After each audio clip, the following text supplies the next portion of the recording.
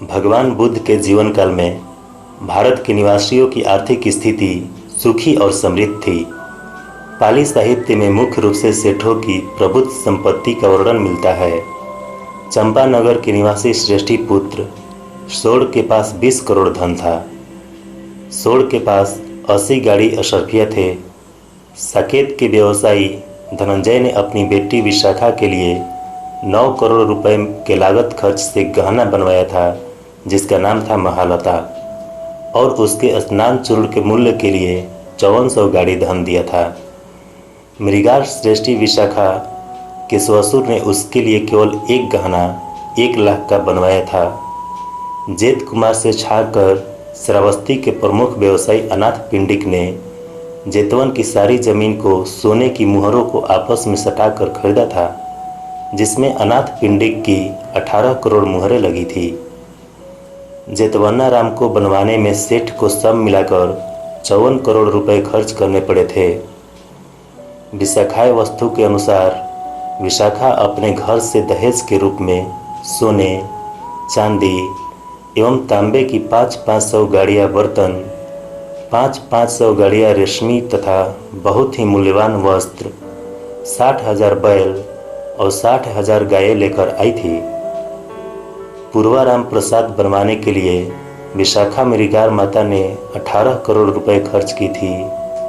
संयुक्त निकाय में वर्णन किया गया है कि श्रावस्ती के 2 कंजूस सेठों की स्वर्गवास के बाद उनके पास से लगभग 80 लाख और 100 लाख अशर्फिया मिले थे।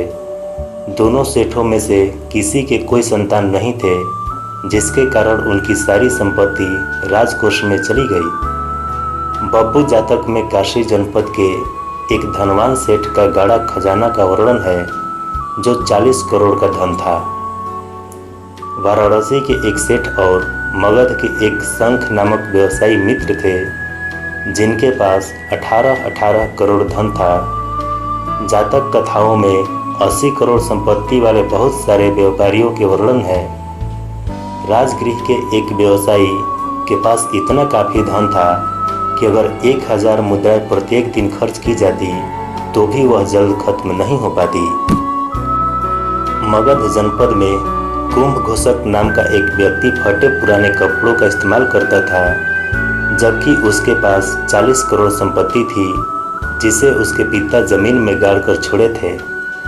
वाराणसी के श्रेष्ठी पुत्र यश और कौशाम्बी के घोषक कुक्कट तथा पावारिक नामक धनी नगरवासियों के पास काफ़ी मात्रा में धन थे। भगवान बुद्ध के जीवन काल में वही नागरिक वास्तविक रूप से धनवान माना जाता था, जिसके पास 40 करोड़ धन था एवं जो प्रत्येक दिन 5 अम्ल से 1 तुम यानी अनाज नापने का माप तक कर्षापड़ों की क्रय विक्रय करता था। समृद्ध व्यापारी और सेठ के साथ साथ दूसरे लोगों के पास भी काफ़ी मात्रा में धन था। श्रेष्ठ महाकश्यप 87 करोड़ संपत्ति के मालिक थे। वे मगध जनपद के महातीर्थ गांव में रहते थे। सारी पुत्र तथा महामुगलान के पास लगभग 500 सोने की पालकियाँ और 500 गाड़ियाँ थी। उरुवेला के सेनानी गांव की रहने वाली सुजाता ने बरगद तरु के देवता से यह मनौती की थी कि अगर वह पहले गर्भ में ही बेटा जन्म देगी तो प्रत्येक वर्ष 1 लाख की लागत खर्च से उसकी पूजा करेगी। भगवान बुद्ध के जीवन काल में अनेक ब्राह्मण महाशालों के पास भी काफ़ी मात्रा में धन होने के वर्णन मिलते हैं। उन्हें प्रायः महदना और 8 महाभोग नाम दिया गया है।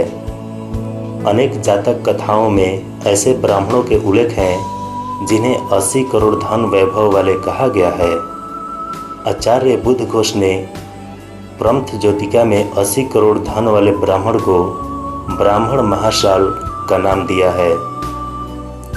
अंग राज्य के चंपावासी स्वामी सोड़दंड को वह नगर मगध के राजा श्रेणिक बिंबिसार ने दान के रूप में दिया था।